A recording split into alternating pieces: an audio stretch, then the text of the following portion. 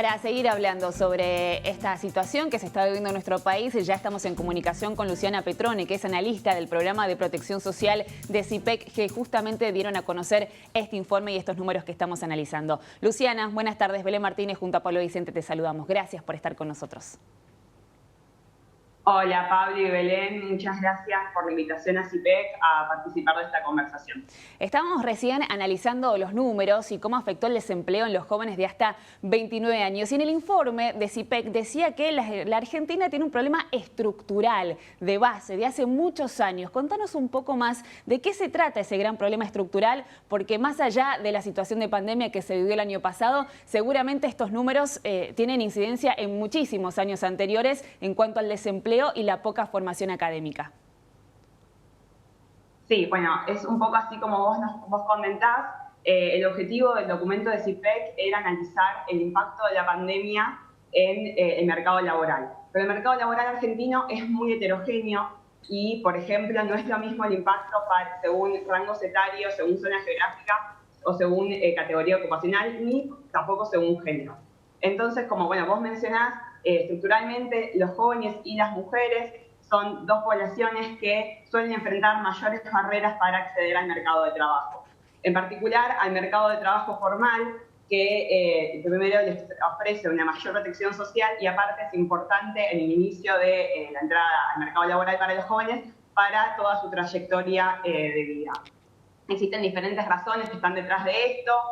Bueno, por un lado, en Argentina el mercado de trabajo está muy atado a lo que sucede con la actividad económica, que hace varios años ya que está 60 años de recesión y está complicado el panorama. Y por otro lado, para las mujeres el tema de las tareas de cuidado impacta negativamente en las posibilidades de acceder al mercado de trabajo formal. Entonces estos son como problemas quizás estructurales, también como ustedes comentaron, el tema de la calificación, los números que nosotros encontramos, observamos que aquellos trabajadores con mayores niveles de calificación pudieron resguardarse un poquito mejor frente a la pandemia. También esto está muy asociado al tipo de categoría ocupacional. Los trabajadores informales, por ejemplo, enfrentaron una tasa de una caída interanual del empleo bastante mayor que otras ocupaciones, y mujeres y jóvenes suelen estar sobre representados entre este tipo de trabajadores.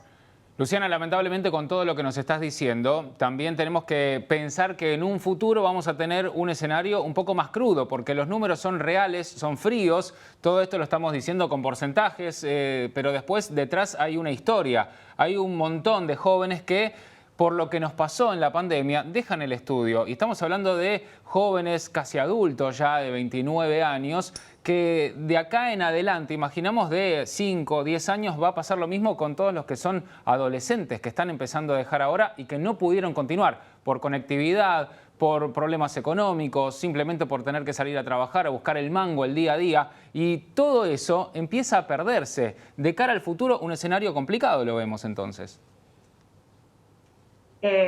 Sí, bueno, como vos comentaste, el tema de la calificación es algo muy importante, digamos, a la hora de entrar al mercado laboral, pero también depende, este año fue muy particular por el hecho de la pandemia y la cuarentena. Entonces, depende un poco también de cómo sea la evolución de la economía en los próximos años.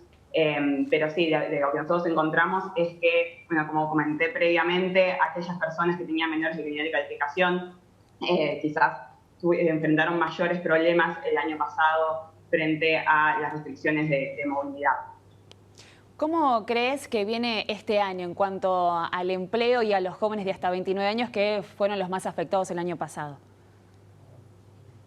Bueno, ya hacia fines del año pasado empezamos a observar que la falta de dinamismo que estaba teniendo el mercado de trabajo, porque cayó mucho las incorporaciones al mercado de trabajo el año pasado, que eso fue lo que principalmente motorizó la caída del empleo. Y ya hacia fines del año pasado empezamos a ver cierta mejora en ese sentido. También el año pasado tuvo la particularidad de que aumentaron mucho las suspensiones, que son trabajadores y trabajadoras que frente a las restricciones de despidos que rigen actualmente, pasaron a estar como suspendidos o disminuyeron sus horas de trabajo. Ya a fines del año pasado empezamos a ver en el último trimestre que eso empezó a mejorar cuando se suavizaron las restricciones de movilidad. Entonces esperamos en ese sentido que este año si esto continúa, puedan mejorar un poco en este caso, pero todo depende de cómo se continúe la situación sanitaria y económica. Perfecto, Luciana. Seguramente vamos a seguir compartiendo más de esos análisis que están llevando adelante para ver cómo se llevan y se implementan todas las políticas públicas en un año tan particular como fue el 2020, en lo que queda todavía por analizarlo y lo que va a venir en este 2021. Te mandamos un abrazo y gracias por estar con nosotros. Perfecto. Muchísimas gracias a ustedes. Gracias. Luciana Petrone es analista del programa de protección social de CIPEC y nos estaba ayudando a entender estos números complicados que nos está dejando la pandemia.